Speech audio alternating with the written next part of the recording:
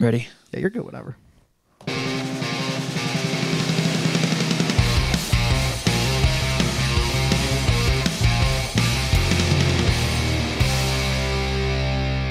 Hello and welcome into the Section 109 podcast from Studio Breezy. I found a tiny rock. Wow. Put that over there. It's big find for me. That's like 50% of your brain cells. That's all I got left from between our crews and the last two games. Don't have any of those left. That's a problem. I need another cruise. But I'm Breezy. That's Baba Juan. This is Sir Mix-a-Lot, who is probably going to fall asleep in a minute. And this is Matthew, and we are here in Studio Breezy in my guest room to talk about two games, Matthew, that don't have the highest of vibe count. But I am, as is our tradition, going to ask you, how are the vibes, buddy? What if we just didn't talk about these games and talked about, I don't know, the shrimp and grits that I heated up after my run this morning? Well, here's the thing, Matthew. This is soccer therapy for us, and normally it becomes like true therapy after we lose painstakingly in a semifinal, and we do a recap. Like jokes on us. Well, it's a semifinal. Never heard of her. So here we are. The vibes are low. But you know what raises my vibes genuinely a little bit? The team spirit. Still sitting on my, still say, Bill, you look fucking fantastic still on the front of him. And this is going to stay right here to raise my spirits. Raise your team spirits? To raise, oh, fuck you. I bet we could find some team spirits in the cabinet. I probably should have done a couple of those before. No, but Matthew, let's talk about it. Let's talk about the games real quick. Let's talk about what there is to take out of them other than pain. Including pain. And yeah, then I know we have a lot of mailbag stuff. We have an interesting spreadsheet I'd like to talk about. Let's do it. All right. So I'm going to take both of these games together. I don't like that. I'm just going to lump it all in, man. Although I think they're extraordinarily different. I don't think that's fair. Yeah. Let's spend about 5 minutes in each game, okay, maybe a little less, and let's just go through them, and then let's get done with them. Fine. Okay. So Miami, we were there in person. There was actually, do you want to talk about the question that we were asked via DM that might be a joke but might be real? I don't remember it. So. What we were thinking the exact moment when we were shown on the broadcast applauding or taking a picture of applauding. Yeah. What I was thinking in that moment was... I'm going to be way too honest in this, by the way. That really sucked. I did not enjoy it very much. But also, you clap for the boys because they tried their best, and that's all you can ever ask for. Even though it sucks, they know it sucks. It hurts. They know it hurts. It hurts everybody. But that's still a part of it. They show up. We show up. You clap for one another. That's what you do. That was wonderfully diplomatic of you. I had those feelings too. I also wanted them to know we were there. For two different reasons. One, to know that like we still love them. Like we all went like forward. We were sitting up higher all together. This was not the kind of stadium where you go and do, not the kind of stadium. It would be really tough to like go and do, especially because they had stewards that like stewarded us into just two sections. And there were some Miami fans there, mostly parents and players and stuff, but there was like a reasonable number of people there. But I wanted them to know we were there. I wanted them to feel us and feel our support. And, you know, I also... wanted to make sure they didn't think nobody was there when we were leaving, when they were leaving. Not only that nobody went, but that also that nobody saw, because we saw. You know, I'm not trying to be shitty, but like I want them to know we were there, and I always want them to know that like the city is with them and behind them in good and in bad, and also when the bad happens, yeah, we're with them, but like they need to feel that weight too. And I think. I think Miami, which we'll talk about, had a spectacular game. They were really, really good. I also think some guys had really poor games, which we're not going to dwell on. We don't do that on this podcast. But like in particular, I think some guys were really, really bad in that game, in addition to Miami being really good. And I'll be really honest with you, I wanted to make sure they knew that we saw. Not that we saw that thing, but I wanted to make sure they knew that this wasn't some game that happened outside of like this matters to people and this matters to us. And like I wanted them to feel our presence in good and in bad. And that's really a little bit selfish of me. And a little part of that is selfish. A little like 20% of that is kind of selfish. But like if I'm being just truthfully, brutally honest, yeah, that's where I was. 80% I wanted support and 20% I wanted them to know like, hey, I didn't miss that.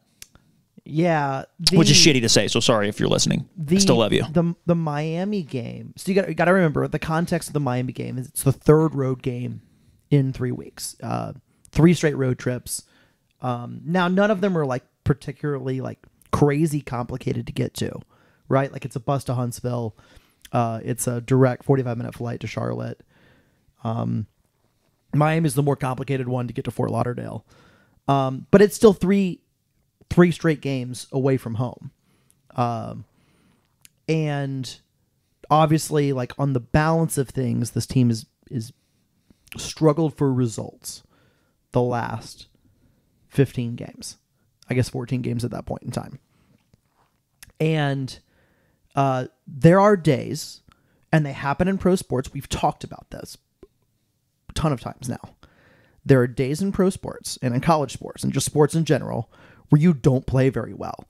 And in fact, it's not just like you as an individual or a lot of individuals do not play well on the same day. Your team does not play well. And when that happens, it is hard to win games. When it happens, when your opponent is also playing a brilliant game, well, you get shellackings sometimes. So, and that's our true. I don't consider the 4-1 loss at Crown in April. I don't consider that to be like a true like next pro shellacking. It wasn't, right? It wasn't because it wasn't like it was a much more. Charlotte didn't even have a full single goal in XG. They were better. They were better than us, but that game should have finished 2-1 or whatever on like the merits of how we played and how they played. Like they had a shot off target in the first minute. Their next shot was saved. The third shot, which was a following up the second shot, went into the net, and then the next 3 shots also went into the net. And then I don't think they had one in the second half. And by the way, sometimes you finish brilliantly, and that's how the game goes, and that's how that game went. But this was not that. No, this was just pure and utter domination from a control, from a chance creation, from doing their game plan in such a way that it forced our game plan to go out the window and play it on their terms, which went extremely well for them. This was one of those games.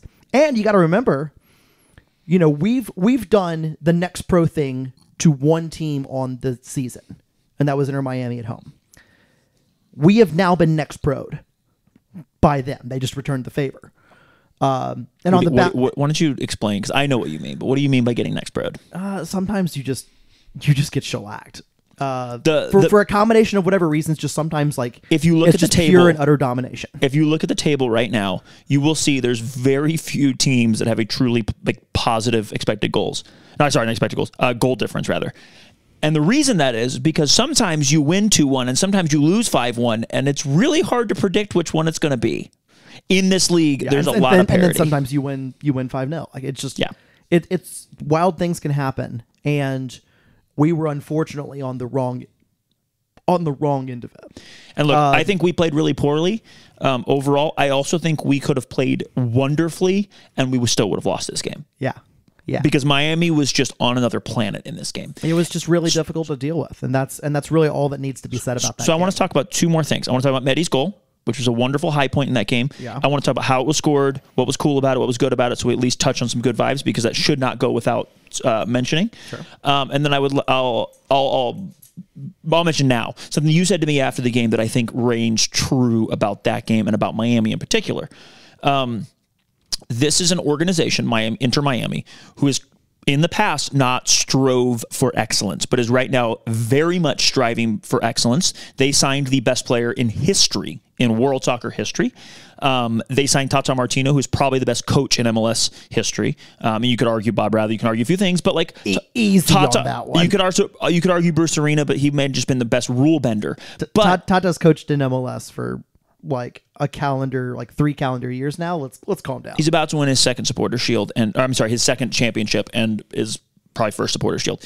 Point being, Tata Martino, very good coach. No one else in league history, I don't think, coached Barcelona. But anyway, and the Argentine national team, very fucking good coach. So Tata Martino, excellent coach. Clearly, some of the training every day, this is something you said to me, and I'm going to expand on it, like training every day in a training complex that has Messi in it, whether they're training with the first team often or whether they're just around, has improved the soccer IQ of these players and their use of space in particular. There's a thing that Messi does besides being one of the greatest technical players in history, but there's been other players with unbelievable technique, right? But Messi uses space differently than any other player I've ever watched. Yeah. The way he gets into pockets of space, and like people talk about him being lazy, they'll show these videos like, oh, Messi's lazy, he's not running, and then he'll pop up and score an unbelievable goal because he'll pop up into space that you don't expect. He can take advantage of space and the spacing of players like nobody else. There's a thing that these players did. They took advantage of. They made this game look easy, in part because every time that we would move, they would adapt to space, stretch us, tear us apart, and then take that space and use that space to create either good possession, dangerous possession, or scoring chances. It's how they scored 4 of their 5 goals. And their last goal basically doesn't count, right? We're stretched all the way forward. Who cares? Yeah. Also, because if you're thinking about goal difference, like I was during that game, going like, fuck, this completely erases our goal difference. It doesn't matter because wins is the first tiebreaker.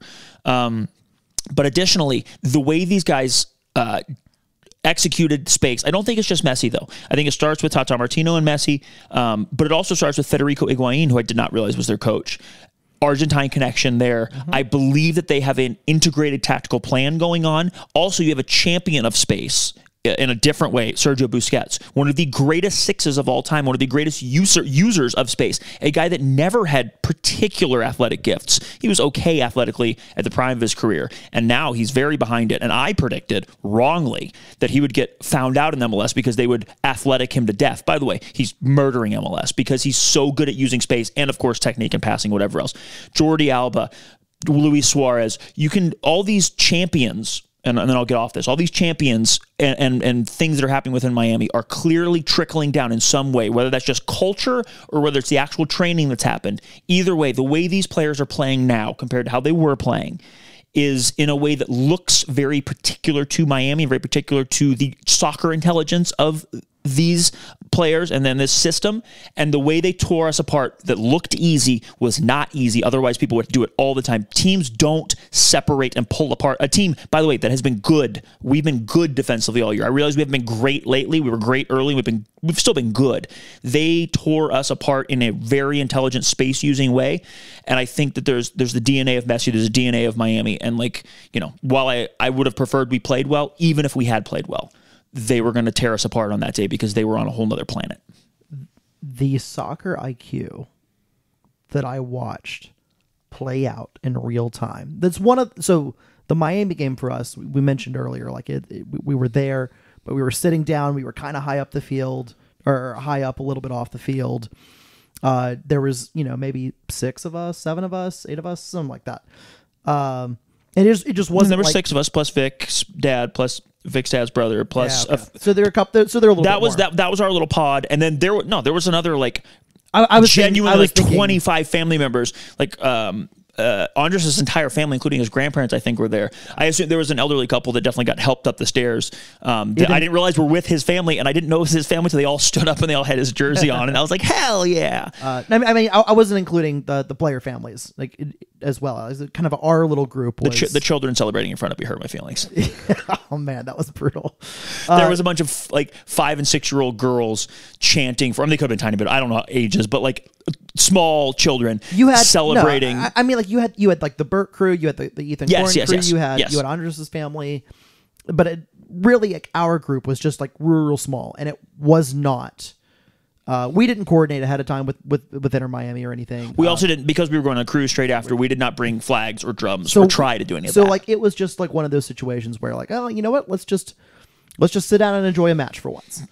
And it wasn't a great one to enjoy unless you're a Miami fan. But when you stand up and you're doing chants or whatever, you just miss things in a game. Sure. And having that particular angle, whereas when you're on TV, it's a little bit more ball watchy. You see segments of the game and not really the full game play out. It's why it's so important to scout players in person, so you can kind of see the whole game, how players operate off the ball, how they operate, away from the camera. Yep. And what I saw was just pure cut maturation. of some young players. And like, But let's not get me wrong. Like, it's not like, oh, like all these 18-year-old players finally came good. Yeah, the 18-year-old players did come good. The 23-year-old players that have been getting, you know, a short-term call-up into the MLS squad are also like getting better. The way they played is how we want to play. Yes. We want to take advantage of the space. We want to interchange players. We want to find, you know, soft matchups and I get isolations on and win individual matchups, destabilize defenses, cause the collapse, cause the cutback in the ball. We want to do all of those things. They just did it better than us. They did it how we would like to be able to do it. They also did it at a higher level than I've seen anyone else do it this year in MLS Next Pro. I'm not saying they are the best team in MLS Next Pro, but like it was just one game. Yes, correct. And, exactly. And the way this league works is we see moments of stuff throughout this league. I'm not talking just to Inter Miami. I'm Toronto, or pick your team here. We've seen moments of teams doing stuff that just does not exist in lower division soccer outside of MLS Next Pro. The problem, and one of the reasons why the league exists, is because doing it once is fantastic and that's great. Congrats. But you got to do it 10 times. You got to do it 20 times. You got to do it every time. And consistency is the one thing in this league that I think these teams oftentimes lack early on in the season. And that consistency is really coming together now. And what it's showing us is that I don't think there's any coincidence with that our run of form has kind of mirrored the rest of the league just leveling up. And it makes sense. We've talked about the development curve before. Our average age right now, according to Transfermarkt, is like 25.4, 25.1 ish, roughly. Some of these other teams, the average age of the league is like 21. Like it's just on a development. By the way, that's older than I thought it was going to be. Like that's just the development curve. Wait, what did you say? The league's average is 21, right? Like 21.4. Yeah, and it went up like an entire year from last year. Correct. And maybe a year and a half. Like it's just what we're watching is some really interesting stuff. And that means that, and this is maybe a future podcast, but like it is. It's an off-season podcast. We're going to have to look at, how do we adjust to this type of thing. So like all credit to Miami. Like it was not fun to watch, but it was certainly interesting. So yeah, I'll say one more thing about that. A few of those guys are going to get cut, and there's a few of those guys, I don't know which ones necessarily, but there's a few those guys that would look good in blue and be good in a Rod Underwood system in particular. Yeah. There's some really talented guys that they get cut every year, and this is an off-season pod, obviously, but it'd be interesting. I want you to take me through, before we get off this game, like how we said we're going to talk about 5 minutes, we've been talking about like 13 or something, but take me through Mehdi's goal. Because I don't want to miss out on the one beautiful moment of this game, because it's not fair to Mehdi, because it was beautiful, and to Milo. It's a beautiful goal. This game actually had some interesting offensive sequences by us. And when we were able to get forward, when we were able to kind of penetrate a little bit, we were able to create a couple interesting things. The XG, I'll pull it up when I actually get my phone to work. The XG in that game is higher than our season average. It doesn't even include Luis Garcia Sosa's goal in the first half, which I thought was onside. But that'd be a crazy high quality. I never went back and watched. High quality, high XG chance. There was some really good stuff here. So this play, apologies to the player in the middle of the field who played it out wide. I don't remember who you are. But just like plays it out wide, and Milo's kind of getting wide a little bit on the right-hand side from his right back position. Taylor's in there as well. It's kind of played between them, and Taylor just kind of helps it along a little bit to Milo. And then it's just nothing like, it's nothing special. It's nothing crazy. It's just a really, really good dangerous ball by Milo, recognizing what is. We talk about decision making, right? Recognizing what is on, what is not on. In this particular moment, I think it's the center back.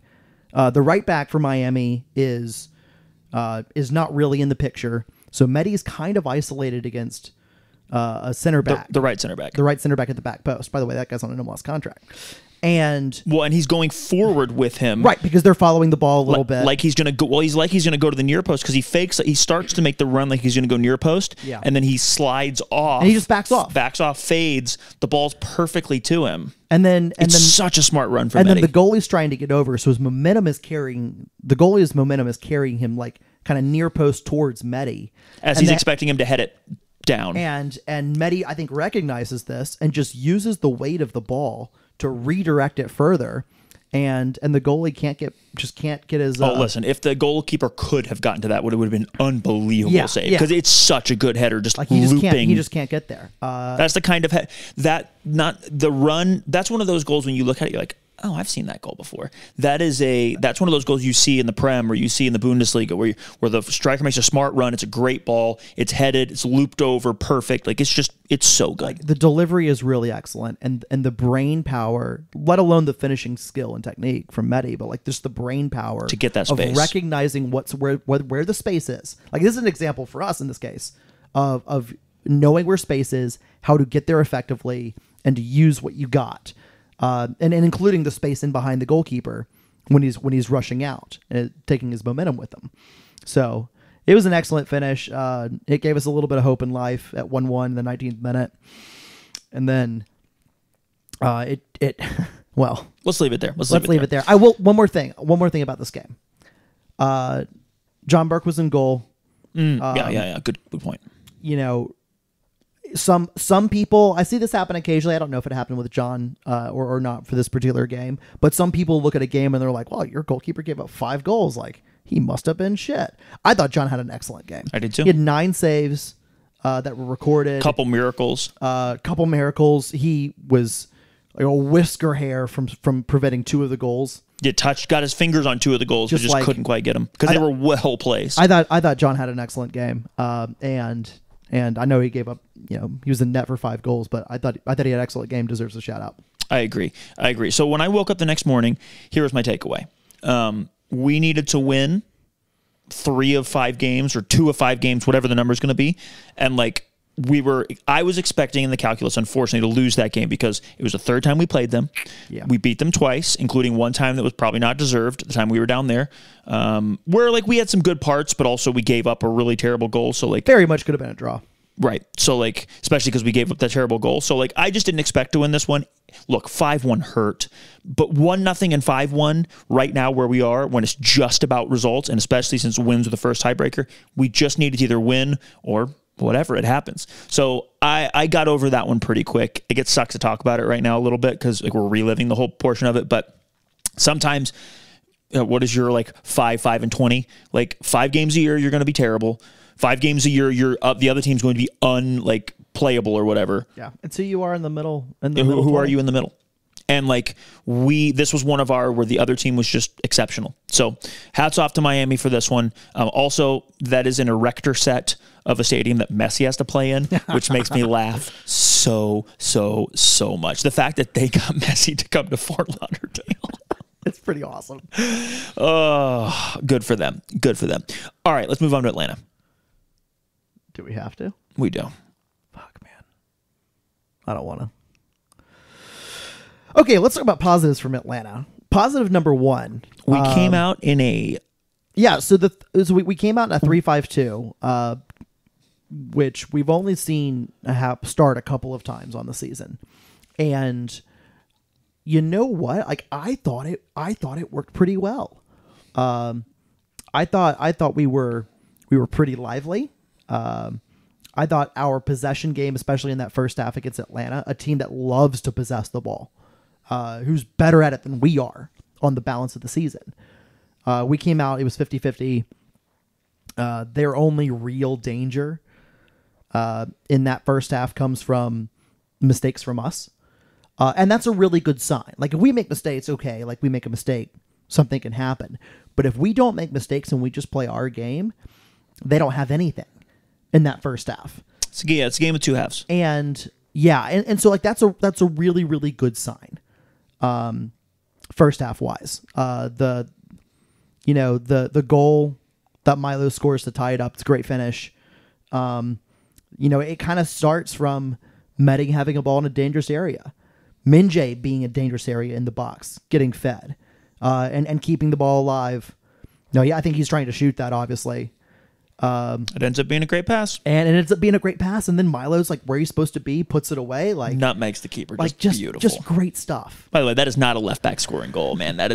He has proven time and time again that while he is a defender, he can finish like a striker, man. Yeah. And so then you get some momentum, you get some life, you feel better because you've righted the wrong from the mistake in possession, where Atlanta took the lead, and then right before the halftime whistle. When we always concede. Just a really good moment from Minjay getting a ball to get flicked on. And maybe it's the defender that actually touches it. I'm not sure. It's really hard to tell. But I thought it was Minjay that played it in for Taylor. Taylor does a great job controlling it, does a great job of like control and get outwards so that he could run and not get held up, allowing time for the defenders. Listen, Taylor and Medi were cooking in this game, man. Yeah, so the 3-5-2. Also, Taylor and Medi were beating center backs like for consistently for pace, getting out and getting. We haven't gotten vertical this year. This is our most vertical game. Hardly at all. Yeah, and like I just didn't know that we were capable of it. Like not only in interchange, but like athletically, and we did it consistently in this game. Like Minjay played the ball to Medi no less than like 7 times, with Medi getting a step on the defender and keeping a step on the defender. And it didn't always amount to something, right? But like sometimes it amounted to a dangerous opportunity. The Taylor ball is him getting vertical with Minjay, getting into the corner, playing a beautiful ball in, and then Medi making a wonderful chef's kiss finish. Like we just got vertical in this game in a way that we 3 years ago, 2 years, three seasons ago, when during the Brett Jones era, when Brett Jones and Alex played these vertical balls regularly through lines and gaps on the ground. We did that in this game. It just like, it was a thing we haven't seen. We have seen it a handful of times this season, but it's like a one pass here or one pass there, or occasionally 2 passes in a game. It's not 7, 8, 10 times in a game. It was wonderfully refreshing. The only other game we've gotten this vertical in, we like to put it out of our memory on purpose. It's the first half against Philadelphia on the road. Oh, yes. Yeah, it's true. In a similar but not quite the same formation. Yes, that's fair. But also in that game, we were not playing 2 strikers like we were in this one. Right, yeah. So this is the first time we've played this formation, which is a 5-3-2, where we played 3 midfielders and then 2 strikers as opposed to 2 10s and a striker. And with the Medi and 3-3-2-2. Thank you very much. Okay. Oh, I see. Okay. Sure. Or a 3-1-4-2, however you want to put it. Formations are, squiggly lines. Yeah. But this time Taylor was playing next to Medi most of the time. Like they were playing in a line. They were both getting forward. Taylor dropped in a little more than Medi did, but like they were not. Before, the last time we played, if you can watch me on the video, like Medi was very much up top, and then you had Taylor and Callum pulling the strings in behind and getting in a little bit and whatever else. But every deep ball in that game that I remember was, and especially the 2 that were to Medi, were to Medi. Right. Like it was Callum, and Callum played 3 actually, like balls that were chef's kiss to Medi through lines. Phenomenal. In this game, multiple different guys, Minjay in particular, but multiple different guys played through balls to Medi or to Taylor, and both of them got vertical. Both of them dragged center backs when the other one were able to get one. And they connected, obviously, on 2 different goals, 3 different goals, 2. They connected on the anyway. They were up there together on the one, if you want to call that a connection. 2 goals on the vertical play. I thought it was. So this was the back 3. I think one of the issues that happened that I think they were trying to address, and I have not talked to anyone about this. This is just me, but I think one of the issues they were trying to address from the Miami game, which was the back 4 got super spread out because Miami was like loading and overloading certain players. No, you saw in the very first Miami goal where they put a guy that's near Duvon, so it drags him in. It put a guy on JP who drags him out. They put a guy that just then takes a space right behind Andres when Andres is trying to like also play the ball, and they just play it right through goal. Like it's just And it looks really simple. You're like, man, that sucks. I can't believe we let that happen. But it's so hard to both do offensively, because if you could do it offensively, you would just do it all the time. And so hard to defend when you do it like that. We didn't see that. We saw some things in this game that weren't good. And a lot of bad luck too. Some bad refereeing and a whole lot of other things. But we did not get torn apart in the way that Miami did in this game. It also just showed how much better of a team I think Miami is. Although Atlanta's better than their record would suggest. Also, I said that the goal differences, if you look in the league, the East is finally evened out, and the top of the East has finally got their goal difference back. So the West, though, is very much like the East looked a few weeks ago, and everybody has like a pretty average goal difference. Yeah. So the back three, playing the back three center backs, with the wing backs in there, with Milo on the left and Minjay on the right, it just gave us, and then Andres in the middle, as the whole holding six, it just gave us more defenders when we were defending. And obviously that required, guys like Medi and Taylor from the front to put in a defensive shift. It also required, Callum and Alex as the two 10s or 8s, whatever you want to call them, in central midfield. They also had to do a lot of running in there. But I think that's one of the reasons why it was so good in that first half. And in that second half, so problems with the second half. We completed 67 passes. The possession was 70-30 against us. Obviously that's not ideal. That's not great. But one of the things that it did lead to, which was interesting, and it hasn't worked at all. I think I know where you're going with this. Is that it did give us that space. How many times in the second half were we able to, finally get out and get a ball over the top or get a ball in behind? And those kind of passing sequences are like maybe 2, 3, 4 tops before you try to get a shot, or maybe a cross that gets cut out or whatever it is. But like that's the go ahead goal. Atlanta's pushing high up the field trying to get the third goal in a 2-2 game, and we're able to win possession, knock it to the right player, and Callum just plays a great ball in behind, and then Medi and Taylor do Medi and Taylor shit. I thought those guys, Medi 2 goals, Taylor 2 assists. We'll see how many he gets credited for. Do you think you get an additional one? No, I'm saying I don't know if he'll get credit for the assist on the third goal, because he's shooting the ball. Oh yeah, that shouldn't be an assist. I'll give him an assist in my heart, but that's not an assist. Like those kind of moments were on, and it kind of really hurts because we had a chance to make it 4-2 with going the other way. Medi's providing the ball for Taylor, and Taylor puts it just wide. There were some really good things here. Some good things to like. I didn't love the penalty call against Alex. I didn't love that Medi wasn't given a penalty or didn't earn a penalty when I thought he got clearly run over. I think it was in the first half. Obviously the mistake at the back hurts tremendously to go down 1-0. We watched Atlanta's third goal, the game tying goal in the 88th minute or so, a couple times. I'm no longer mad about it. It's really good play, man. It's just really sad. Good play. I'm sad about it, but I'm not mad about it. There's 6 little things that maybe could be done a little bit better, but like sometimes you just got to say, you know what? Great pass, good hit, well done. And that really sucks because it's obviously a gut punch. And then, I don't really want to talk about the fourth goal or the red card situation. I think we need to. I'll let you do your take on it, and then I'm going to do mine about refereeing in general.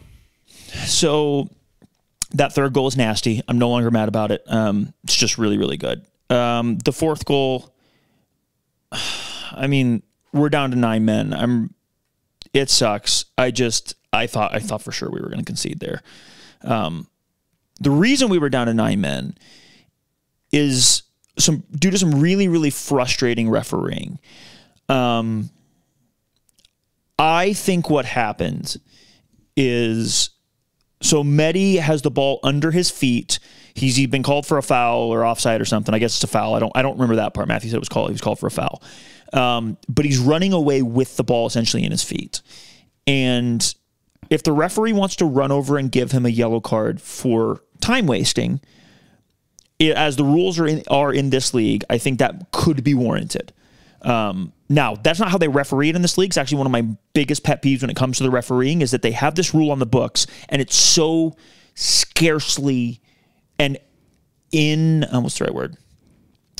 It's not inconsistently like applied. So the referee in the very first half tells them to hurry up in the 35th minute or the 24th. I think it was 35th minute. He tells them no more. Take that goal kick. Stop just barely jogging over. And then he proceeds to let him, after telling him twice to do it on a later one in the second half, where when I think it was tied, he lets them have like 2 different times where he hurries them and just doesn't do anything. Like he was all bite, all bark, no bite, which really frustrated me. But then it comes to this play where here's what I believe happened.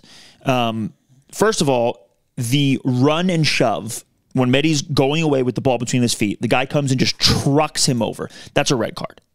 It should be a red card because he doesn't come over and bump him and like try to get the ball back and then push him when Medi. Because like I think if you come back, if you see it happen after a goal, right? There's a little brouhaha because somebody's trying to hold on to the ball, and they'll let you get away with some real shoving and some like stuff that you shouldn't be allowed to do. You have to be going for the ball. Like you have to be like, transparently like trying to go for the ball and right. not trying to kill somebody. That's what I'm saying. And like so you see that happen after a goal, and like they'll let you like shove a guy and like. A lot of times they won't even give you, they'll just give you a little warning or whatever. They won't give you a yellow card because the guy's running away with the ball and like they consider it time wasting or whatever. But that's not what's going on here. Like there's none of that. He just comes over and absolutely football chucks him, which should just be a red card. But the referee's too chicken shit to give him a red card. Yeah. And he gives him a yellow. But he gives him a yellow. And if he gives him a red card, none of that brouhaha breaks out, by the way. Yeah. But because he doesn't and the brouhaha breaks out, after the whole brouhaha, and I don't know what happens in the pile. Obviously, Jesse Williams gets a red card in the pile. I do know that Minjay gets a second yellow, but Minjay was on the bench already. It's almost certainly for dissent. No, it's for coming on the field as a sub. Should have gotten his money's worth then. No, here's the part. Like, look, Minjay can't come on the field as a sub, but also those guys are in and around, like essentially stepping on Medi. Like, I'm not mad at it. Like, you can't come on the field, but also you're right on the sidelines and you're trying to defend your, like, I can see both sides of it. And like the like coach in me, I don't know what Rob would say, but the coach in me goes, don't fucking do that. Stay on the bench. We need you for next game. Yeah. But the teammate in me goes, hell yeah, good for you. Way to try to defend your guy. Right. There's a line there. And I don't know where it is, but I'm just telling you that's where I am torn on that. And I don't know what Jesse did, but he got a straight red. So I don't know if it's what he said. I know what I was told that he did, but like I was not told that on the record. So like I don't know what happened. So either way, he gets a little Toby trying to take Uncle Matt's mic away. But then after that, Medi gets a second yellow. And this is the thing that here's what I believe happened. I believe the referee needed to justify, like, hey, everybody got something out of this. And instead of, because he should have given a red card to begin with, he had to justify his only giving a yellow card to Medi. I'm sorry, only giving a yellow card to the guy because Medi was in the wrong for being around the ball. And so he just gives Medi a yellow. And that is just the wrong call. Medi gets absolutely taken out and is on the ground and then gets a yellow card. If Medi deserved a yellow card before that, then he should have been running up to him immediately before that, because what referees do to stop a situation like that from happening is they come running up with a yellow card so that players don't take matters into their own hands. But he never comes running up. He gives it afterwards, which makes me think it's a reaction in his own brain, the what's fair, what's not fair. Medi was in the wrong. I'm going to give him a yellow. But that's not fair. That's horseshit. Medi was the victim in this. And I hope that we can appeal that. I'm sure it won't happen because league appeal processes never give things back. But like, we should be appealing that. I was told we will be appealing all sorts of things. We're never, guys, if you're thinking like, oh, we should replay the game, that never happens. Like, it doesn't matter how bad it is. You have to like literally find out that the referee was fixing the game. And even then, that just doesn't happen. By the way, the over on yellow cards did hit. Sweet. You're funny. And reds, but like, so it's not going to get replayed. Nothing's going to happen. My only hope is that possibly they might be able to get that yellow card rescinded so that Medi has a chance to play next game. Because look, missing Medi, Jesse's not a starter, so like not a huge miss there. But missing Minjay and Medi for next game when we just played a formation that had Medi and Minjay from the start, like that's rough. So yeah, I don't know. I hope that take made sense, but I think it's really, really poor refereeing. If he starts out by giving the red, the yellow to Medi never needed to happen. It shouldn't have happened to begin with, but I think it's just a justification for why he gave the yellow, and it's just this really, really poor refereeing. Because if he was going to give that yellow, it comes immediately before that player gets there, if Medi's in the wrong.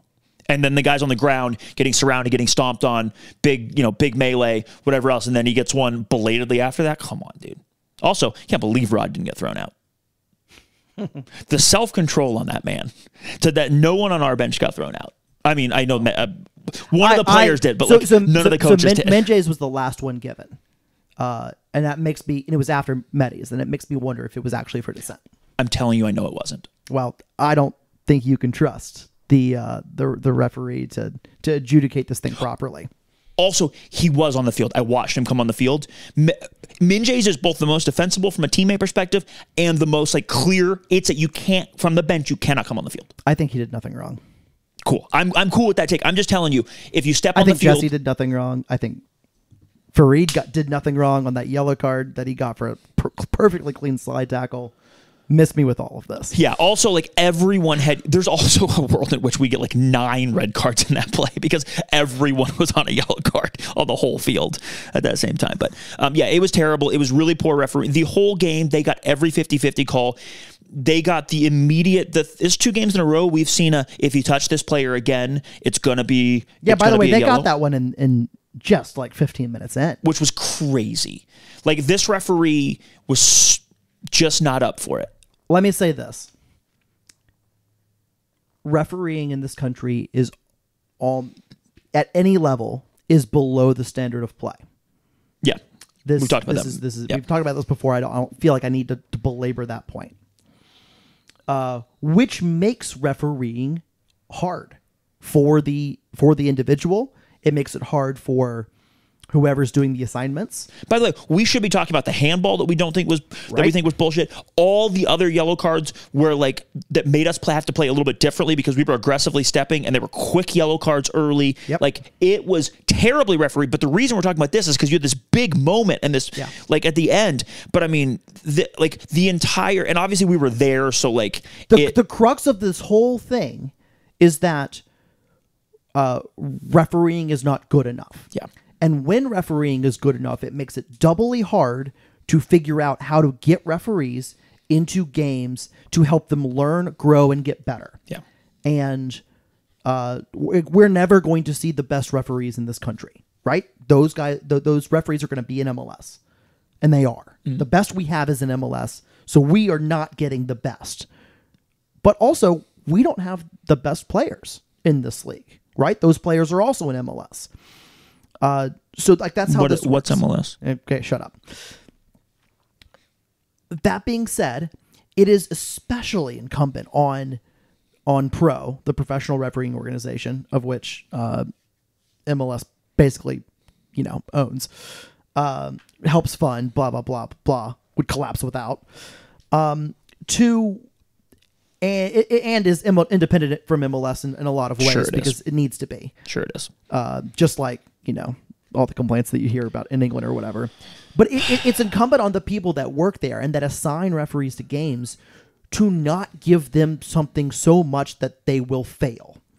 Because what happens in a small sense, that if you believe or I believe that the refereeing in this particular game against Atlanta cost us 3 points, that could mean that those 3 points are the difference between making the playoffs and not.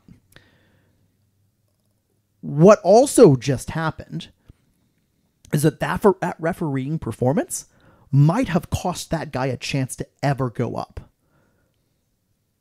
There's no way an adjudicator rewatches that game, or referee adjudicator. And by the way, if you're wondering, they have referee adjudicators. I think that's what they're called. Whatever. Anyway, they'll have the full footage. We get the 90 and 15s, they'll get the full thing. And unfortunately, if you go back to 90 and 15, you don't see anything. Because Matthew and I tried to go back and look so we could have some clarity because our memories differ on things.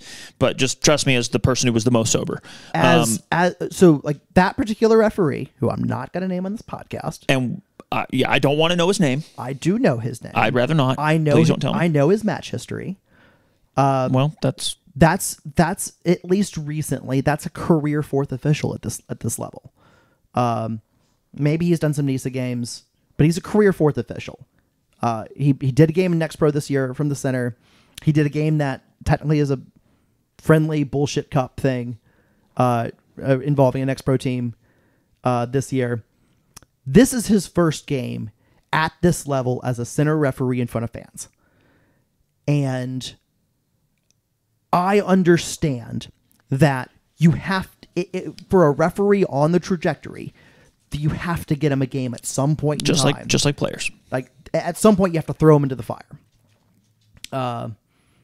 Should this guy have probably done a few more Next Pro games in front of 1,000 people or whatever before getting this particular assignment? There's another Next Pro. I guess there's one other Next Pro team that gets 1,000 people. Come on. I need you to be real for a second here. There's more than one? Genuinely? No, my guess is I heard that this guy has done us before in NISA. My guess is... Well, he definitely did us last night or 2 nights ago. My guess is they gave him this assignment because he was familiar with the location. He was familiar with the stuff. It might be the best introduction for him because it's an environment that he's been in before. To now combine the level of Next Pro in the one game that he had before and being at Finley Stadium in front of a big crowd. The problem with a lot of referees, and I mean the bad ones, not the good ones, is they don't have any concept on how to manage a game. And I'm not going to make a comment about, I don't want to really go there in terms of like fucking fake masculinity or whatever, but like, it is not that crazy for male referees in a male pro sports environment to have to try to out macho everything and show dominance and to show control. Well, it would have been and to double down on absolute rank stupidity. Well, it would have been helpful if he had doubled down on a few things. I'm not going to go there. So there was a great KFC joke in there. So what I'm saying is that sometimes you have to give referees these games because they need it. They're professionals. They need it too. I just don't think this guy's getting another one for a very long time because it's clear that he cannot handle pressure. He cannot handle an intense environment, an intense game. He cannot manage his way through it. And it felt like in the stadium that you started making calls that all the 50-50 calls you said, are going towards Atlanta. And in his mind, he's thinking that's 100% call. That's not a 50-50 call. That's 100% call. I'm right. I'm right. I'm right. I'm right. I can't be wrong. And he just like keeps going and keeps going. And he goes against the crowd because he's got to show he's a professional referee. Like he's doing really well. He's on the right track. I got to show my assigner that I cannot be influenced by a crowd. It's a little bit of that.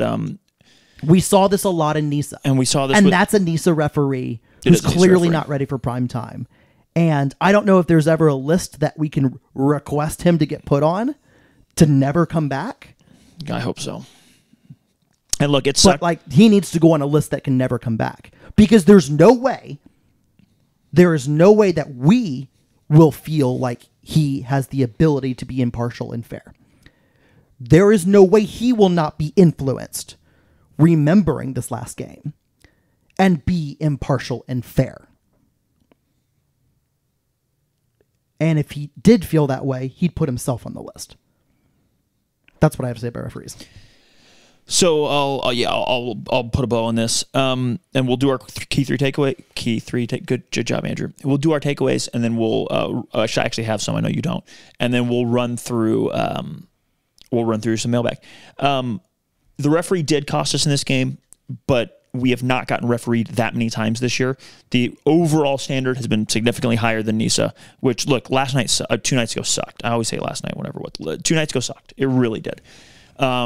And that penalty call, I can't tell. We rewatched the video like 6 times. You just can't tell. In live time, it certainly looked like bullshit to me. Maybe it's a penalty. I don't know. I also don't know what a handball is anymore. But between the handball call and the other the non-penalty, the non-penalty that I don't even remember. Maybe he cost us 3 points. Maybe he cost us 2 points. I feel like he cost us at least 2 points because I think it should. The fair result in that game, if we just don't have all those calls going against us, that we get a draw, because the goals are. Yeah, but also we have to play better, and you have to win the moments, and we didn't win enough of them. We gave away a goal. Throw out the handball. We didn't defend well enough in 2 particular moments for the equalizer and the game winner, and the very first goal. So it is what it is. It sucks. But there's, this is a first year in a new league, and we are seeing that developmental curve. We're seeing where we're going into every game as underdogs because, like, every team has improved drastically, and we hit our ceiling early. Remember the Peter Fuller days when we hit our ceiling the first game of the season, and we were really good for the first, 5 games of the season, and then every other team would, figure it out, and then we would be just not as good as everyone else the rest of the year, or barely as good as everyone else the rest of the year because the other teams were on this trajectory. This is what we're seeing. This is what other teams looked at us in NISA for the last 2 years with Rod and saw us on this upward trajectory most of the year. Obviously, it's not linear, but, we don't have the developmental curve. So there's a lot of things that have to happen in the offseason. There's to be offseason conversations. But, obviously, I'm still hoping there's still a chance mathematically. We're not eliminated at all mathematically. We win 3 of our next 4. We're going to make the playoffs easily. Yeah. So, I mean, it's out of our hands now. Somebody will have to drop points for it to happen. Yes, but somebody... that's going to happen. It's going to happen. And if it doesn't, God bless them. But also, we might just not be good enough to make the playoffs. I will say, last thing about the Atlanta game, and something we're going to have to figure out in the offseason, Atlanta brought on a guy who I think was doing a rehab game because he hadn't played for Atlanta since the very end of July or whatever. But Atlanta brought on a guy making $450K. So thing we were worried about coming into the league. And did that player help them win the game? Yep, probably. I mean, I don't know if he was involved in any of the biggest moments or whatever, but I damn well know that when he came on, all of a sudden they had the ball a lot more. So and that's there are bigger picture problems here that we have to figure out long term. We're on YouTube. If you're listening to this on audio and you would like to be watching us on YouTube, you can see our beautiful faces. Hopefully the camera's still working, as I now have a doubt about it every time since it died the other day. But comment, subscribe, please. We had a bunch of comments 2 videos ago.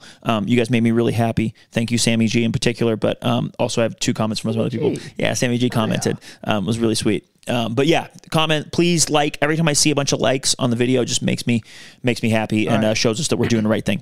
I'm going to go, maybe not the right thing, but doing a thing that people appreciate.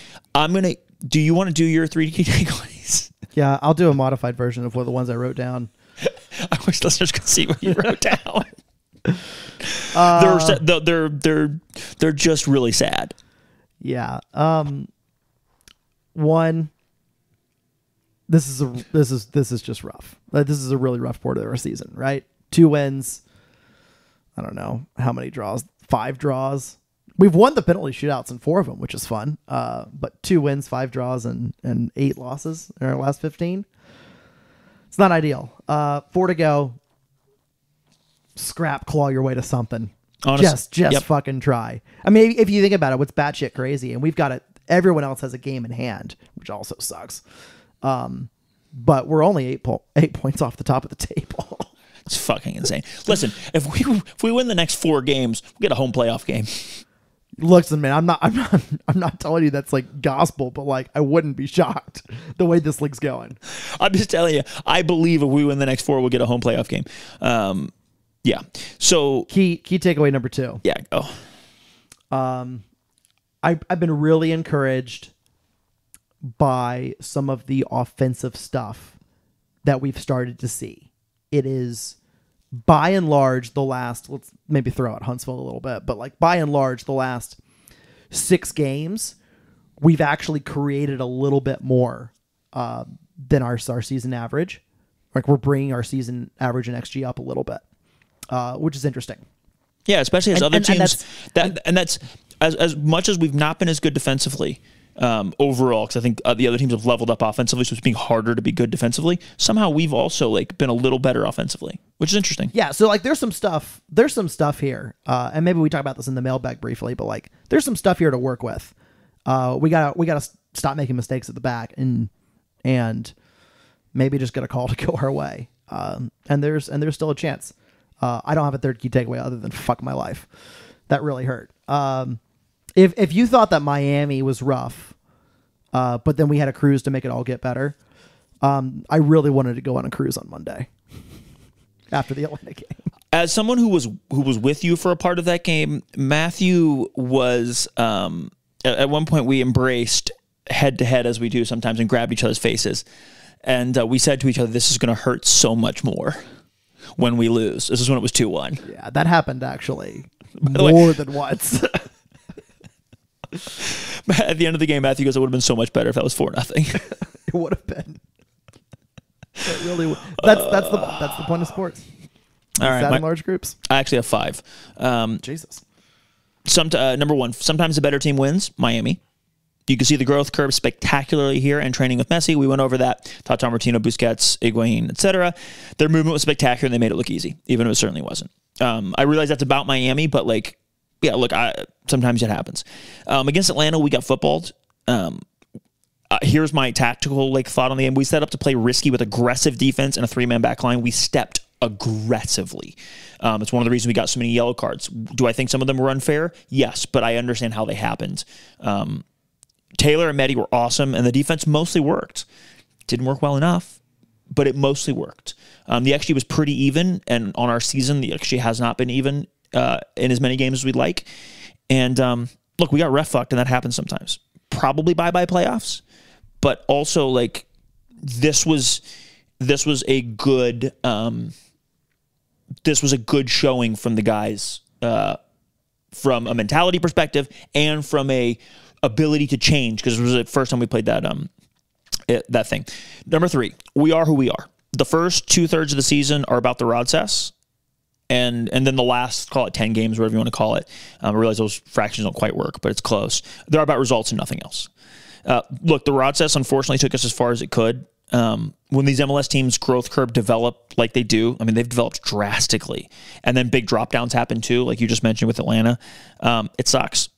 It's going to be a very, very interesting offseason. We're not there yet. Hopefully we're talking about a playoff game, right? I realize a lot of the tenor of this podcast is because both you and I think we had to win this one in order to make the playoffs, realistically. But you never know. We might win 2 or 3 in the next 4 when we make the playoffs, right? But it's going to be a really interesting offseason because we're going to have a lot to talk about roster-wise, but we're not going to talk about that, obviously, until this season is over. Here's my first bonus. The season isn't actually over. Need a minimum of 2 wins. The red card's going to make it really hard, but don't count us out until it's over. Because just because we got footballed today, or 2 days ago rather, just because we got footballed on this one, doesn't mean someone else can't get footballed on the next one that puts us right back in the thick of things. There's 8 points that separate, you said, first from 10th, first from 9th, I guess, where we are. It ain't over till it's over. Man, what if Marcus hits a hat trick in the next game we win? Come on, man. There's chances. There's some things that can go. I say Marcus because I'm pretty sure he's starting since Mehdi's out. Bonus number 2, anyone who says or thinks, and I realize this is completely unprompted, but it made me think of this because of the 3-5-2. Anyone who says or thinks, and this would have been me prior to this season essentially, thinks Rod doesn't adjust in season or enough is just not paying attention. He's continued to coach all season and make adjustments all season. And last night was, again, a new formation that we played, a wrinkle. We still stuck with our principles, but Rod is not a monolith. And if you're thinking this season is about we don't change how we play to adapt to the league. We've played 4 different formations this year. Rod has done a phenomenal, well, we'll talk about that in the offseason. I think a phenomenal job coaching this year. And yeah, don't think Rod hasn't made adjustments. And this is a lot. This was a more example of that. All right. I would like to start in this mailbag. And if you want to submit a mailbag question, you can submit them on Twitter via DM. You can submit them on Twitter via Twitter. What's another way they can submit mailbag? You can comment on, sometimes I forget to check them, but commenting on a YouTube video, which I did check for this one, is good. How else can they submit them, Matthew? I mean, that's pretty much it. If you're in the Chat Hooligan Slack, you can also answer when I ask. If you're in the Chat Hooligan Slack, you can also message one of us. Okay. I have a fun one that I would like to talk about really quickly, which is MLS Next Pro. Well, actually, before that, I want to read a comment because I took a little shot at Justin about his crazy idea about Milo as the 6. I want to briefly just point out the time and that I am thirsty and in need of a beverage. So let's not take another hour on this mailbag. Okay, I'm going to take an hour just because you're being like that. Milo to the 6 is galaxy brain shit, and y'all are just scared of it, from Justin. Justin, I love you. This is why I love you, because because you're sticking with this. I just want to point out what he did as an attacker on the left side, which is why he can't be the 6. One of many reasons why he's not the 6. But I love that. I love that you're sticking with this because it's a very fun take. Also, I guess I could be wrong. Okay, I will throw you a bone, and we can talk about So Michael has made a wonderful, and I'll just preview it, and I guess we'll talk about it next time since you're in such a hurry. There's an adjustments table that he's made, which would show, based on penalties and how everyone's extra point has gone, the positions that teams would be in, and where we sit, where everyone else sits. So I guess it deserves longer than you're going to give me on this, so I'm going to skip it. But I just want you to know we're going to go through this at some point this season, and it rules, and I can't wait to talk about it because it's very fucking fun. It's also the one rule that's completely different in this league than any other league in the world. Yeah, I think we're up 6 points. Yeah, and anyway. Let's go on. I'd like to talk about it, but you're thirsty. I think it's an end of season thing after it's all said and done. Is there anything the club can do to make the ref accountable for horrible decisions, Matthew? He was clearly favoring Atlanta. NISA refs were better, from Albert. Well, he is a NISA ref, so that explains a lot. Yeah, I mentioned it earlier. Like, we can... So I actually asked about this after the game. And I was told there is an appeals process. There's an official appeals process. There's like a competition committee type of thing. And we will be going through those avenues, whatever they are. Because one thing that I was a little worried about, and I'll just say the quiet part out loud, like I sometimes apathy creeps in and you go, nothing's going to happen. It's not worth going through the trouble. And I didn't think that we were going to be apathetic, but like my worst fear was that we were just going to let us be run over by that. And I was told that we will be following all of those procedures to make sure no matter what happens that there are documented, all the things are going to happen, and we're going to pursue those things. So like I said earlier, do I think anything's going to come of it? No, because nothing ever does, but at least we're fighting for it. And maybe the best we can hope for is that referee no longer gets assigned to our games. Yeah. That's the best realistic thing we can hope for. And anything other than that is a giant bonus. But I was told the club is pursuing all of those things, and they were pursuing them the night of the game. So they probably have either been submitted or in the process of being submitted now. And by the way, we play in a league that actually has a committee, so that's fun. I'm distilling a lot of questions down. Why are we sitting on a 1-goal lead? Why not go for it? Why not sub earlier? From Bill. Bill from your coffee table. Look at this guy. How good looking he is. Look at that guy. It's a good looking guy. Boy, I will say the substitution pattern that bothered me is, and I don't know how to fix it because we didn't have enough subs. I'll put it this way. I don't know. By the way, going for it is not the thing that is the most, like, you only say, why didn't we go for it when we lose, right? And when you make the defensive sub, which we did with Ethan Corin, and it works out, then you're like, fuck yeah, we solidified and we took it done. So it's just like, damned if you do, damned if you don't, I think. I do think we were out of gas, especially you see it in the last, after the fight, around the fight, like they're coming with waves of pressure, and like we just look a little half step slow. And I think that's because we played with such intensity the first 70 minutes of that game, roughly, but especially the first 45. But like the first 70 minutes of that game, we were stepping so aggressively that I really think we blew our energy load early. Yeah. And we got the goal, we got the lead. And I don't know, I struggle just honestly to think that there's enough players on that bench and enough substitutes to fix that energy problem. And I think that's what kind of doomed us in the end. And I have a trouble faulting the coaching staff or the players, because if we don't come out with that intensity and that energy outlay, I don't think we get the goals that we get. And then we get footballed with bad bounces and good play and poor referees. And yeah, so that's kind of my thought on that. Great. If you were a fly on the wall, what was if you could have been present, which you weren't and I wasn't, what do you think the conversation between ownership and the coaching staff between the game and fireworks was, from Brian? I mean, if I had to guess, it was about the ref, but I'm not going to speculate or guess further on something that happens kind of every week. Yeah. So I'll say the same thing. I saw it. Brian and I actually talked briefly about it in the stands. I think it was about the referee. They talk after every game. Davis gets down on the field for every game, and it's usually him and Rod. Sometimes it's him and Rod and 3 other people. It just depends, but they're always talking after the game. It was an animated conversation. I noticed it as well. To me, it didn't look like anything particularly different from the end of any other game, other than like the tensions were definitely high because of what had just happened. But I have no idea, man. I would bet money on it being the referee, but that's only because if you make me bet money, I'm just going to bet it's. But I don't know a clue, man. Even subtracting the 2 yellows and 3 reds, there more than I think there were 9 yellows and 3 reds. You want me to ask you this one? I think you're gonna like this one. No, I'm gonna ask you. Okay, I thought you might want to answer this one. No, subtracting the 9 yellows and 3 reds. We had 9 yellows and 3 reds. Yeah, hell yeah, bro.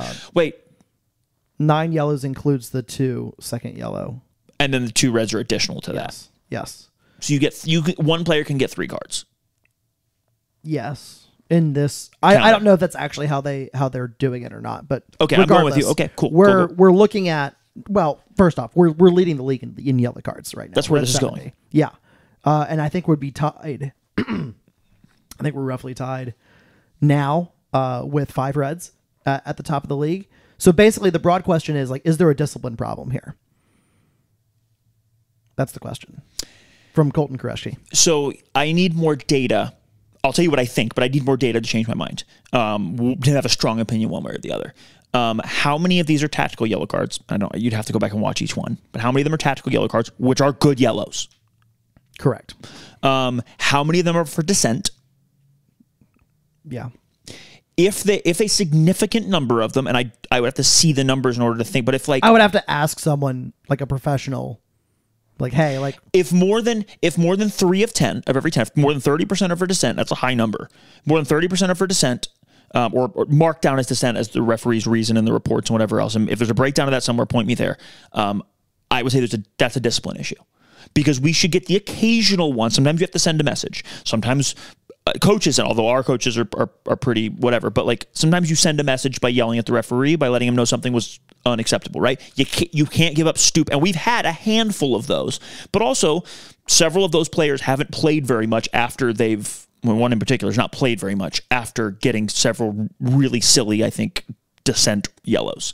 So I don't know that number. To me, it feels like it is a playing hard, sometimes being overmatched talent-wise, sometimes just a good tactical foul. Yeah. Because sometimes you get beat and you foul somebody, and sometimes you make a tactical foul because we're out of position, and those are good yellow cards.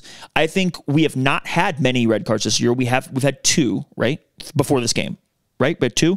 Jesse Williams in the Orlando game. No, Jesse didn't get a red, did he? For the pull down in the box? Yeah, he did. He did. For the pull down that resulted in a penalty. That was a red, right?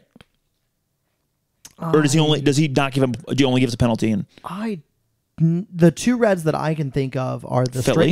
straight red for Gene at Philly, which is a kind of a technical situation, and the second yellow to Anatoly, Carolina Court home.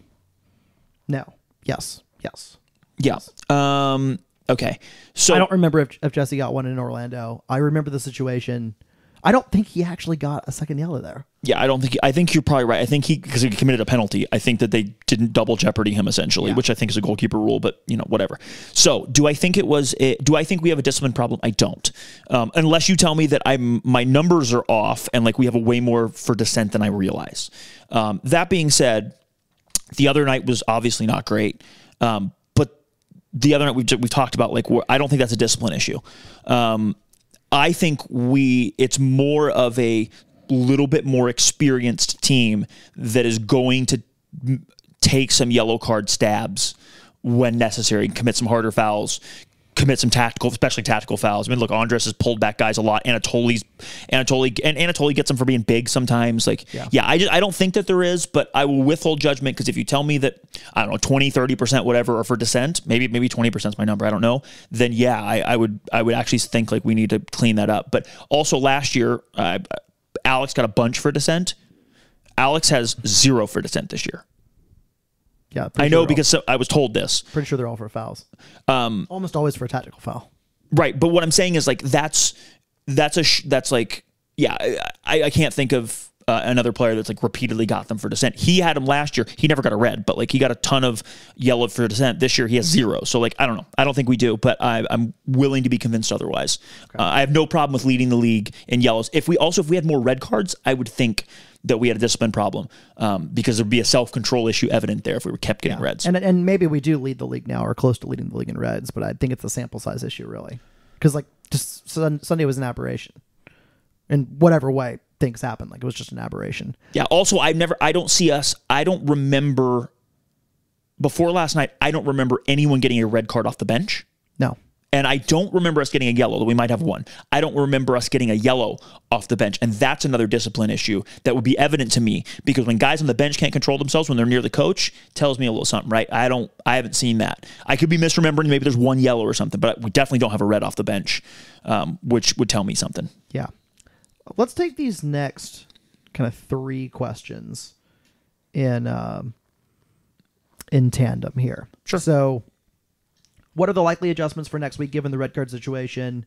Jesus return Sunday to the bench. Any chance we see him with Marcus next weekend? Yellow card accumulation for Sunday. You want to take a stab at it first? I don't know. You and I actually haven't talked about this, so I wonder. I have a pretty strong. I don't know the yellow card situation. Let's pretend that the red cards are all that's out and nobody's on a yellow card suspension because I don't know it either. I happened to look today to look and see, and it's possible, I don't know for certain, but it's possible that Callum's exclusion from the Miami trip, given that he started he wasn't even on the bench. Both at Crown and then at home, is possible. He's sitting on 6 right now. And he got one against Atlanta. It's very possible that he served his yellow card suspension in that game. I think he was the only one I had a question mark about. So in that group. So assuming that would make sense. That assuming that all 3 reds are upheld or whatever, like those 3 players are unavailable, then I'm gonna guess that Marcus is gonna start. I'm gonna guess that we roll with the back 3 again. We're gonna end up saying the same fucking lineup, you asshole. How we deal with that might be interesting. I'm thinking at this moment in time, you shift Alex to the right, as the wing back. You asshole. And then there's you keep Taylor up front to play with Marcus, and then there's a singular question, because I don't think that Jesus is going to go from on the bench, didn't play a minute, to starting the next game. I doubt it.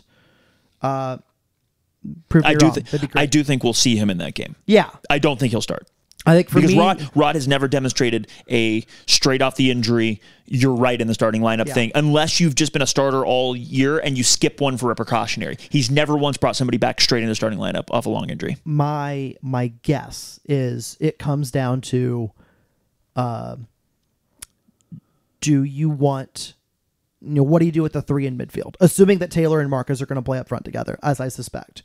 You're making the prediction. And I'm going to guess it's Callum at the 10, Andres, and Jude comes back into the lineup as the other 6. Couldn't have said it better myself. I don't have to say anything. We hadn't even talked about it. Of course we thought the same lineup. Fuck. There is, if Jesus is more ready than we know and kind of predict, then maybe there's a situation there where you go Jesus and Taylor underneath Marcus in a kind of a 3-4-3, where those 2 guys can be wingers, they can be 10 sometimes. I just don't think so. It's just not happening. Because that's a more complicated system, or that would be a 5th new system, and I just don't think we're going to do So that. We're either going back to the 4-3-3 or 4-2-3-1, one of those 2, or we're playing the 3. And if we're playing the 3, I think exactly what you said. Shift Alex, plug in Jude, plug in Marcus. It's just the simplest. It does change it a little bit. There'll be 2 6s in, and maybe Andres gets pushed up all the way. I kind of suspect it won't be like that. You'll just play kind of traditional 3-4-1-2. We'll see. Of course we were going to do that.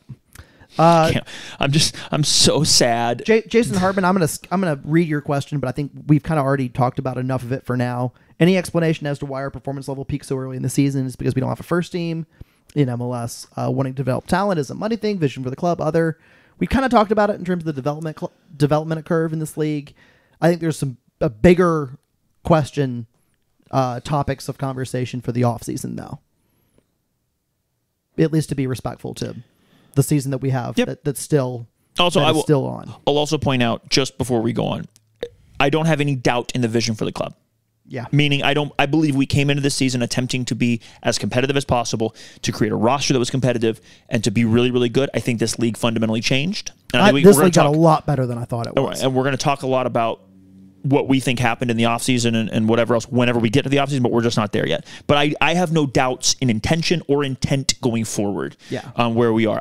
I knew this league was going to be difficult, and it's even better than I thought. It's also significantly better than it was last year. It's older than it was last year. Well, I don't know if it's significantly better yet. It's definitely older than it was last year, and I believe it's better than it was last year. Justin, you saw a lot of positives on Sunday. We saw some positives. We've already talked about them. We're going to keep going.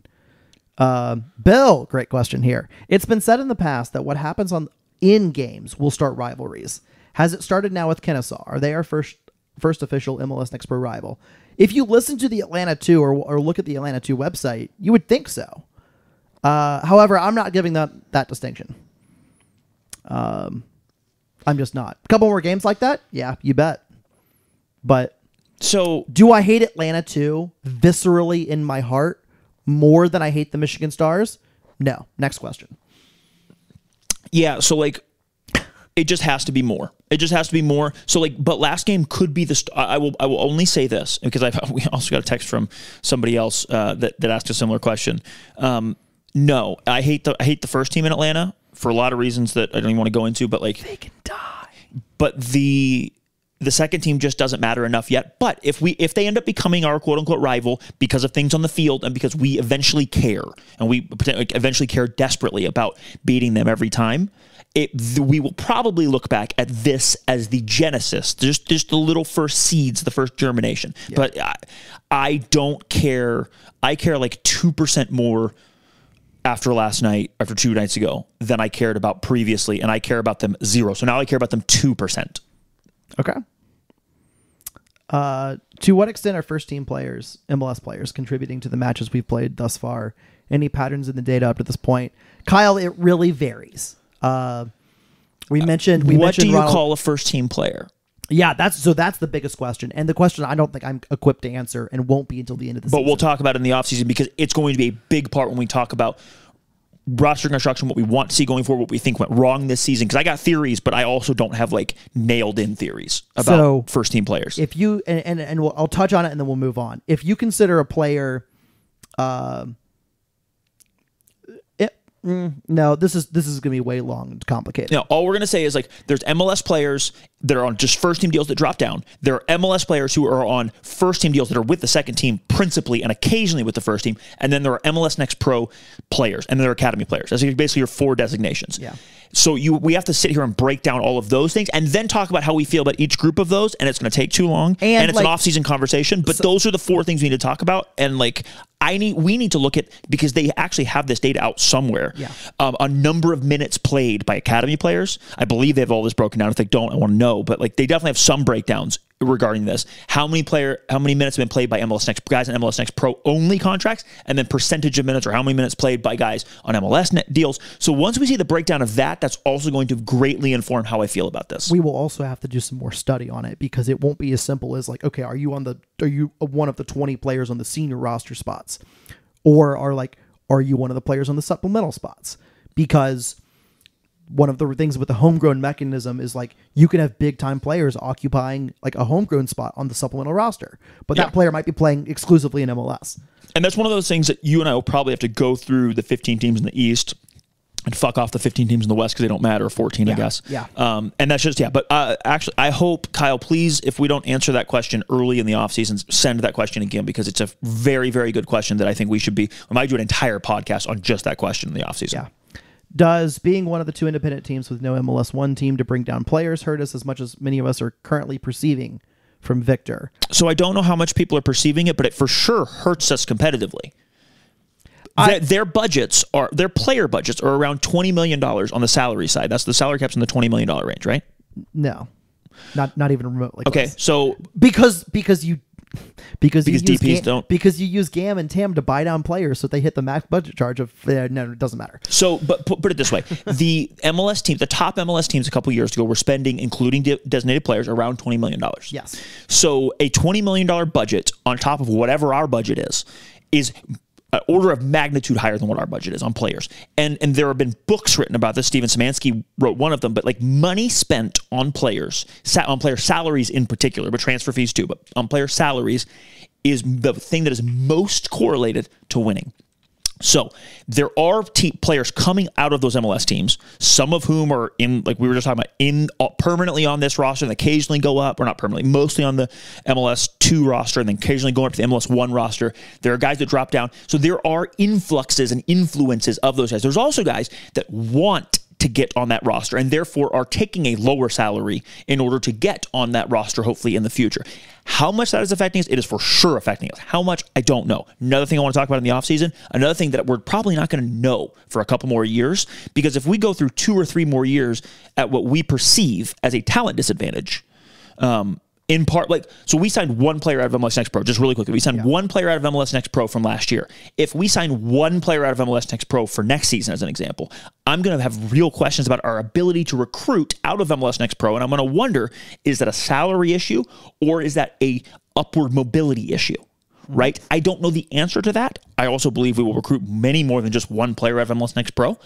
But, like, the proof is going to be in the pudding there. And there is some effect, and I don't know what it is yet. Can I put on the most like bullshit free market politician voice you've ever heard in your life? Well, I've heard you talk before, so. It only hurts us if we don't do something about it.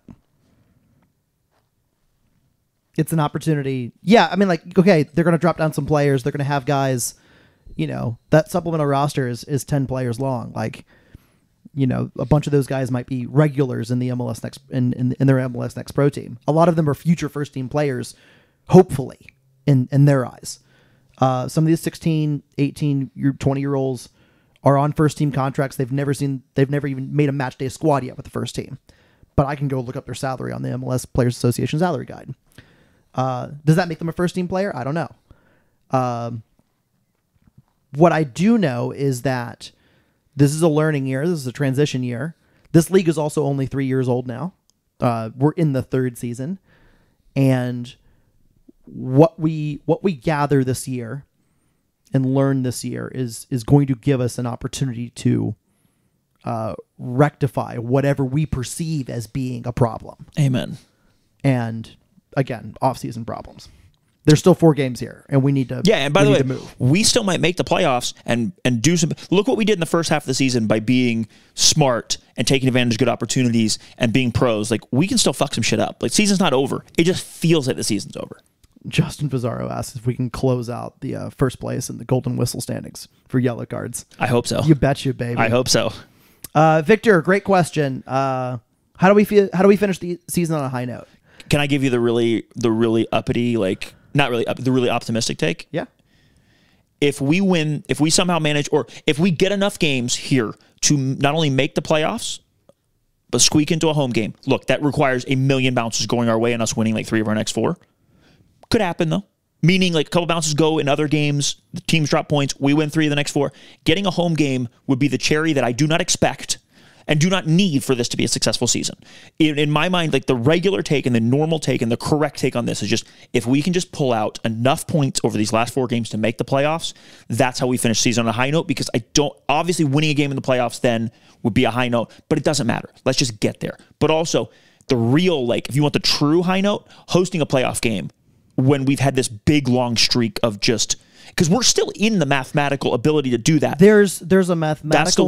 That's the way you finish on a true high note. But also just make the playoffs, and I'll consider it a good season. Someone has access to a computer that is smarter than mine that could figure out. He's smarter than you. Figure out if we even are mathematically able to get a home playoff game with the results that have to happen elsewhere. That's fair. That's fair, and it might not be possible. Finishing the season on the high note is just like making the playoffs. We're going to have to get points, which means that the run is going to have to end. right? Like this really tough run, 2 wins in 15 games, it's going to have to end. We are going to have to get points. And if we win games, 2 scenarios. We win games or get enough draws or whatever. We make the playoffs. That's a massive high note. I want to see an absolute dogfight from this team for these next 4 games.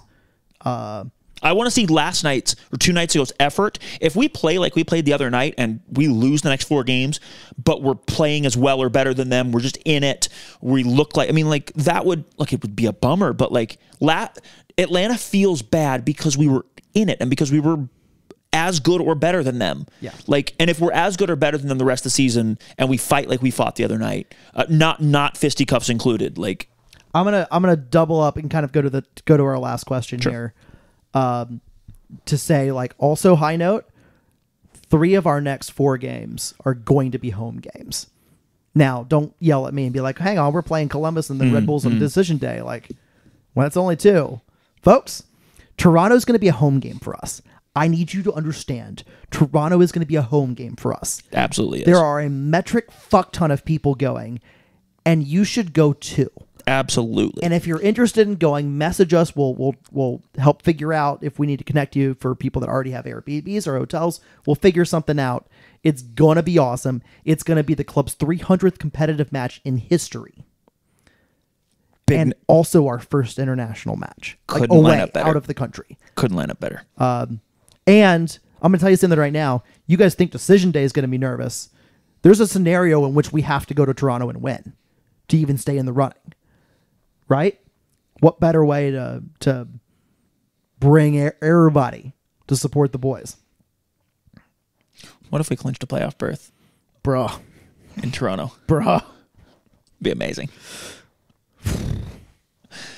So, friends. Last one, Justin, I copied your thing over here. We were talking about Adunze and how much we love him and how fucking enormous he is and like how we like him. He said, I feel the same way about Adunze. I was yelling at him the whole shootout. He's very good, very big. And I would, first of all, really like to see him not on their team and playing in MLS. And second of all, I do actually look forward to him because he seems like a nice kid. I look forward to seeing him play in MLS. He seems like a nice, good kid. And if he doesn't make it in MLS, maybe he'll play a few years there and come be 9 foot tall here in 5 years once Jean-Antoine goes to whatever his next step is once he's done playing. Breezy, so much for a short pod. Yeah, well, this is our therapy. Yeah. Matthew, thank you for joining me. Puppies, thanks for being here. Listeners, viewers, thanks. We love you. Peace.